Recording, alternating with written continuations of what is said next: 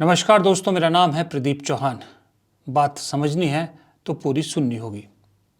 और दोस्तों, कल से जब से भारत और पाकिस्तान के बीच सीज़ फायर का ऐलान हुआ है, उसके बाद बहुत से सवाल पूछे जा रहे हैं। खास करके भारत सरकार से बहुत सवाल पूछे जा रहे हैं और भारत सरकार जाहिर सी बात है कटघरे में खड़ी है। उधर पाकिस्तान अपने आप अपनी जीत का जश्न मना रहा है, वो क्लेम कर रहा है। बाकायदा पाकिस्तान के प्रधानमंत्री ने लोगों को संबोधित करते हुए जीत का ऐलान किया। हालांकि एक गलतफहमी है उनकी, हम सबको मालूम है। भारतीय सेना ने हालत पतली कर दी थी उनकी। लेकिन उधर प्रधानमंत्री पब्लिकली क्लेम करते हैं कि हमने भारत को झुकने पे मजबूर किया। इधर भारत के न प्रधानमंत्री, न विदेश मंत्री, न गृह मंत्री, न रक्षा मंत्री, कोई इस देश की जनता को संबोधित नहीं करता, ट्वीट भी नहीं करते। बस विदेश मंत्रालय के सचिव और 2 डिफेंस स्पोक्स पर्सन रोज़ यही काम कर रहे हैं। 2 लाइन का जो विदेश सचिव जो है वो ब्रीफ कर देते हैं और चले जाते हैं। और नतीजा ये हुआ कि आज राइट विंग सपोर्टर जितने हैं वो विक्रम मिस्री, जो बेचारे विदेश मंत्रालय के सचिव हैं, उन्हीं के पीछे पड़ गए। उनको और उनके परिवार को लेकर इतनी भद्दी भद्दी टिप्पणियाँ सोशल मीडिया पर की गई कि जो मैं आपको बता भी नहीं सकता, दिखा भी नहीं सकता। जबकि कोई भी समझदार पढ़ा लिखा आदमी ये समझेगा, अनपढ़ आदमी भी ये समझेगा कि इसमें उनकी क्या गलती। उन्होंने कोई सीज़ फायर थोड़ी कराया, वो तो सरकार का फैसला था। जो उनको ब्रीफ करने के लिए कहा जाता था वो करते थे, वही उन्होंने कल किया। लेकिन क्या करें, राइट विंग वाले हैं ना, मोदी जी पे सवाल तो उठाएंगे नहीं, कोई ना कोई एक बलि का बकरा ज़रूर ढूंढते हैं। खैर, सवाल कांग्रेस ने भी उठाए हैं, सवाल चारों तरफ से उठ रहे हैं और सरकारी तंत्र डिफेंड करता हुआ नजर आ रहा है। लेकिन वो सवाल क्या उठ रहे हैं, उसके जवाब क्या दे रहे हैं, ये आपने बहुत सुन लिया। लेकिन मैं कुछ और बात करना चाहता हूँ। इन सब सवालों जवाबों के बीच में किसी ने कल से लेके उन 26 परिवारों का जिक्र किया जिनको इंसाफ दिलाने के लिए ये सारी कवायद की गई थी, जिनको इंसाफ दिलाने के लिए ये सारा युद्ध शुरू किया गया था। उन 26 परिवारों, वो 26 परिवार जिन्होंने अपनों को खोया था पहलगाम में, उन 26 परिवारों के जख्मों पर नमक लगाने का काम किसने किया? इस सवाल का जवाब कौन देगा? वो 26 परिवार जब अपनों को गंवा चुके थे, उसके बाद ज्यादातर ने कहा था कि हम किसी तरह के युद्ध के फेवर में नहीं हैं। तो उन्हीं लोगों को ट्रोल करने लगे थे लोग, राइट विंगर्स उन्हीं के पीछे पड़ गए थे और कहा, सरकार ने बड़े बड़े दावे किए कि हम तो ढूंढ के मारेंगे, हम तो ऐसा उनके साथ वो करेंगे कि वो नानी याद आ जाएगी, उनको सब कुछ आ जाएगी और हम इंसाफ करके रहेंगे। और उन 26 परिवारों के नाम पर सेना को कार्रवाई के लिए कह दिया गया। लेकिन अब जब सीज फायर हो गया है, उन 26 परिवारों के किसी ने सुध ली? उन्हें क्या मिला? उनके जख्मों पर मरहम लगा या नमक छिड़का गया? मेरे हिसाब से मरहम लगाने का उनसे वादा किया गया था और छिड़का गया नमक। वो इसलिए बड़े बड़े दावे किए जा रहे, हमने पाकिस्तान का ये उड़ा दिया, हमने पाकिस्तान का वो उड़ा दिया, पाकिस्तान कह रहा हमने हिंदुस्तान का ये उड़ा दिया, वो उड़ा दिया। लेकिन असल सवाल ये उठता है कि वो जो 5 आतंकी है जिन्होंने 26 लोगों की जान ली, वो कहां है? वादा तो उनको ढूंढ कर चुन चुन कर मारने का था ना, लेकिन उन 5 आतंकियों का कुछ अता पता चला? कहां है? वो तो शायद आज भी जिंदा है, आज भी कहीं आराम कर रहे होंगे। इन 26 परिवारों के जख्मों पर मरहम तो तभी लगना था अगर उन 5 आतंकियों को सजा मिलती। लेकिन उन 5 आतंकियों का तो कहीं जिक्र भी नहीं हो रहा और ना इन 26 परिवारों का कोई दर्द समझ रहा। उल्टे इन 26 परिवारों के साथ साथ कई और परिवारों को दर्द मिल गया। जरा घाटी की इस लड़की का दर्द सुनिए, आपका दिल भी शायद पसीज जाए। जी, कल पूरी रात शेलिंग हो रही थी, रह रहे हैं। अभी सडनली गाड़ियां बेच दी हैं, एडमिनिस्ट्रेशन ने बोला यहाँ से खाली करो। अभी हम जो लोग हैं दिल्ली मुंबई में एसी में बैठ के बातें कर रहे हैं, वार हो रही है, ये हो रहा है। वहाँ 23 बंदे मारे हैं, जहाँ पर पहलगाम में 23 की जगह यहाँ 2300 बंदे मर गए। जो नुकसान हुआ है अलग। जब हमारे घरों पे बमबारी पड़ रही है, शेलिंग हो रही है, हम जानते हैं हम पे क्या बीत रही है। हमारे पास क्या, हम मिडिल क्लास के पास क्या, सिर्फ घर है और कुछ तो है नहीं है। और मीडिया वाले क्या बता रहे हैं, इंडिया ये कर रही है, इंडिया वो कर रही है। क्या कर रही है इंडिया? जो बॉर्डर्स के लोग हैं, एलओसी के पीओके के पास हैं, उनको पता है, वो जानते हैं उन पे क्या बीत रही है इस टाइम पे। बाकी तो सब बातें कर रहे हैं एसी में बैठ के, हाँ इंडिया वालों ने ये किया वो किया। पूरी रात बच्चे लेके बैठे हुए हैं, छोटे छोटे माँ बाप हैं, प्रेग्नेंट लेडीज हैं, कहाँ जाएंगी ना? यहाँ हॉस्पिटल ठीक है, हॉस्पिटल में जाएंगी, कहाँ जाएंगे? वहां से बमबारी पड़ रही है, जो कोई बाहर निकल रहा है, शेलिंग पड़ रही है, स्टॉर्म पड़ रहे हैं, किधर जाएंगे? दरअसल हम जब राजनीति मुद्दों पर या राजनीति में बह जाते हैं तो मानवीय पहलू को भूल जाते हैं। हम भूल जाते हैं कि ये लड़की जो कह रही है, इसके दुखों का किसी ने हिसाब लगाया? इसके दुख के बारे में किसी ने सोचा? जिनके घर उजड़ रहे हैं शेलिंग में, उसमें उनका क्या कसूर? चलिए, मैं मानता हूं कोलेटरल डैमेज होता है। अगर भारत ने पाकिस्तान को सबक सिखा दिया होता, कुछ तो ऐसा किया होता कि जिसके एवज में लगता है कि पाकिस्तान ने जिंदगी भर का सबक सीख लिया, तब इन लोगों के जख्मों पर भी नमक लगता जिन्होंने अपने अपनों को खोया है या अपना घर बार खोया है। ये तो फिलहाल ठगे हुए महसूस कर रहे हैं ना, कि हम तो यूं ही गेहूं के साथ घुन की तरह पिस गए, ना भारत को कुछ हासिल हुआ, उल्टा हम बर्बाद हो गए। इनके आंखों में जो सवाल है, इनकी आंखों में जो दर्द है, उसका जवाब कौन देगा? वो 26 परिवार किससे पूछें कि हमारे नाम पे आपने इतना कुछ किया, लेकिन हमारे साथ इंसाफ तो नहीं हुआ। कल जब सीज फायर का ऐलान हुआ, क्या उस सीज फायर में यह शर्त नहीं रखी जा सकती थी भारत की तरफ से कि वो जो 5 आतंकी है जिन्होंने कश्मीर में पहलगाम में इन मासूम लोगों की जान ली, उनको भारत के हवाले किया जाए? मैंने नहीं सुना कि ऐसी कोई शर्त रखी गई। आपने सुना हो तो बताइएगा, हो सकता है मुझे इंफॉर्मेशन ना हो, लेकिन मेरे हिसाब से नहीं है, क्योंकि कुछ भी चीज रिटर्न में नहीं हुई। दुनिया में पहली बार है कि कहीं तीसरा देश सीज फायर का ऐलान करता है, और जो दो देश आपस में लड़ रहे हैं वो बाद में इसका जो है कंफर्मेशन करते हैं। वही अमेरिका जिसने कल सीज फायर का ऐलान किया, वही चचा डोनाल्ड ट्रंप जो ऐलान कर रहे हैं कि मेरे कहने पर दोनों देशों ने सीज फायर कर लिया, वही अमेरिका कंफ्यूजिंग स्टेटमेंट दे रहा है। कल सीज फायर की उनको मध्यस्थता क्यों करनी पड़ी, इसको लेकर CNN की एक रिपोर्ट जो आज बहुत सारे अखबारों में छपी है, उसमें जो उपराष्ट्रपति हैं अमेरिका के JD वेंस, उनकी स्टेटमेंट थी। उनके हिसाब से उन्हें एक इंटेल मिला, उन्हें एक जानकारी मिली, जो जानकारी बहुत खतरनाक थी। उन्हें जानकारी मिली कि पाकिस्तान अब न्यूक्लियर हथियारों की तरफ बढ़ सकता है, जो कि खतरनाक हो सकता है। जैसी ये खबर उन्हें मिली, उन्होंने राष्ट्रपति तक पहुंचाई, और राष्ट्रपति ने दोनों देशों के राष्ट्राध्यक्षों से बात की और सीज फायर करवाने का एक प्रोसेस उन्होंने किया। ये कल की खबर थी। अब आज भारत के मीडिया हाउस चला रहे हैं कि ट्रंप ने दावा किया है कि इंडिया ने उन्हें जो जानकारी दी उसकी वजह से उन्हें मध्यस्थता करनी पड़ी। आज वो कह रहे हैं कि जयशंकर और अजित डोवाल ने अमेरिका को ब्रीफ किया कि पाकिस्तान न्यूक्लियर वेपन्स को मूव कर रहा है। या तो कल अमेरिका झूठ बोल रहा था या आज झूठ बोल रहा है।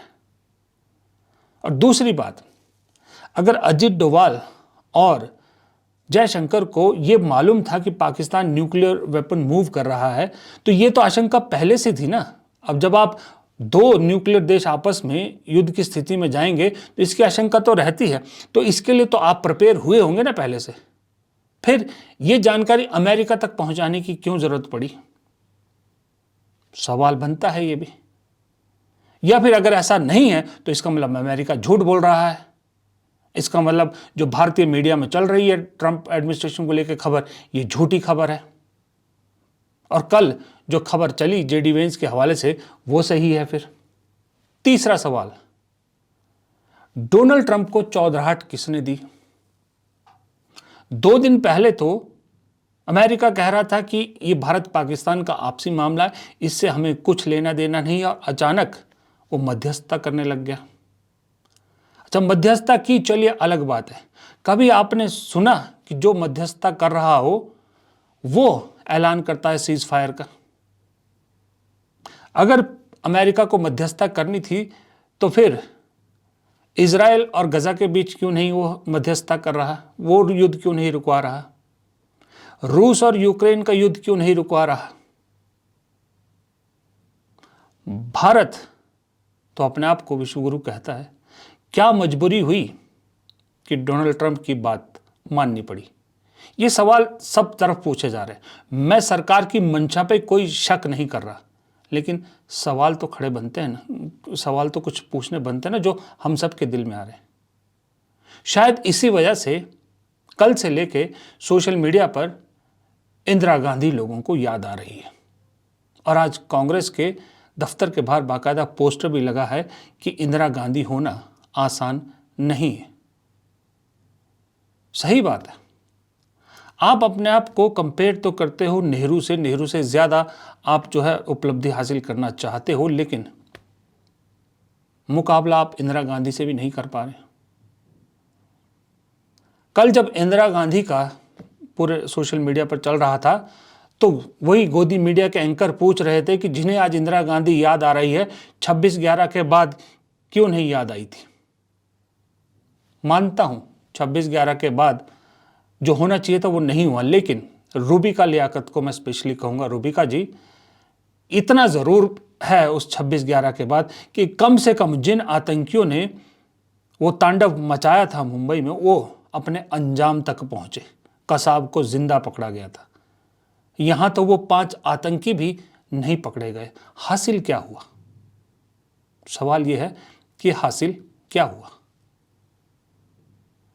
ये सवाल सिर्फ हम नहीं पूछ रहे, सेना के पूर्व अध्यक्ष, बड़े बड़े सेना के अधिकारी, पूर्व अधिकारी ये पूछ रहे हैं। अब आपके सामने ये देखिए, ये 2 पूर्व सेना अध्यक्ष, एक जनरल वीपी मलिक, करगिल युद्ध के समय सेना अध्यक्ष थे, सबसे टफेस्ट लड़ाई भारतीय सेना ने लड़ी और जीती, और एक जनरल मनोज नरवणे जो अभी आर्मी चीफ थे कुछ समय पहले तक, और एक ब्रह्मचलानी, इनको कौन नहीं जानता, डिफेंस एक्सपर्ट, भारत के द बेस्ट डिफेंस एक्सपर्ट।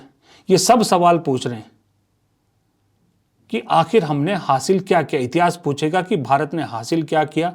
कोई पूछ रहा है ये तीसरी बार हुआ है, अब आगे और मौका नहीं मिलेगा। कोई पूछ रहा है पहले भी हमने ऐसे फैसले किए हैं, बढ़त के बाद कदम खींचे हैं जिलानी, और ऐसा मौका दोबारा नहीं मिलेगा।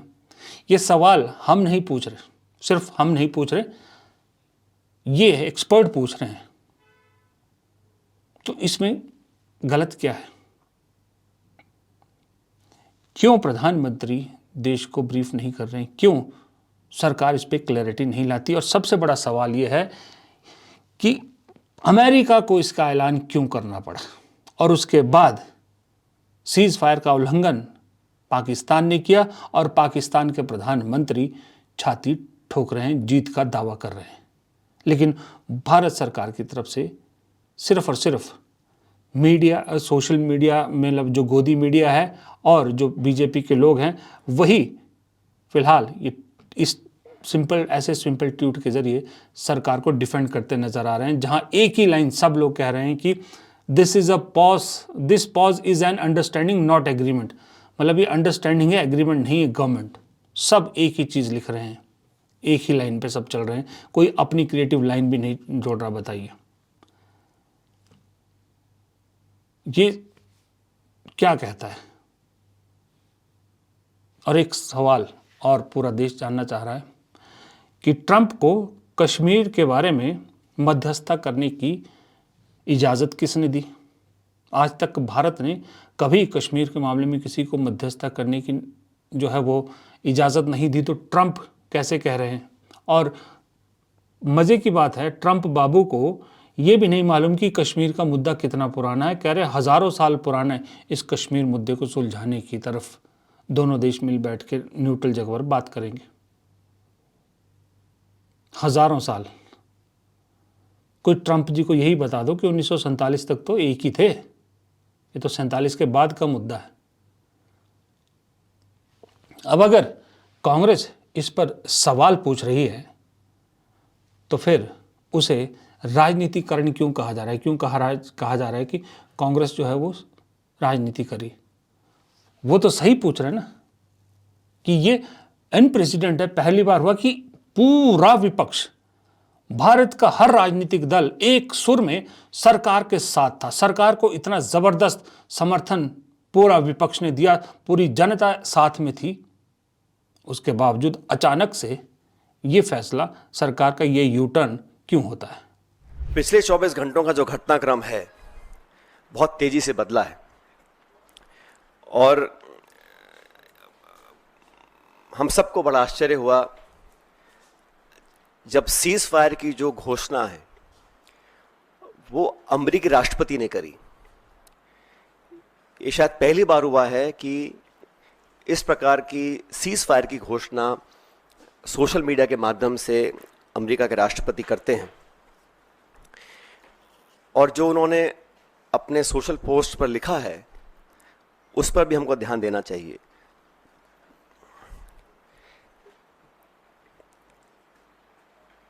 भारत और पाकिस्तान के बीच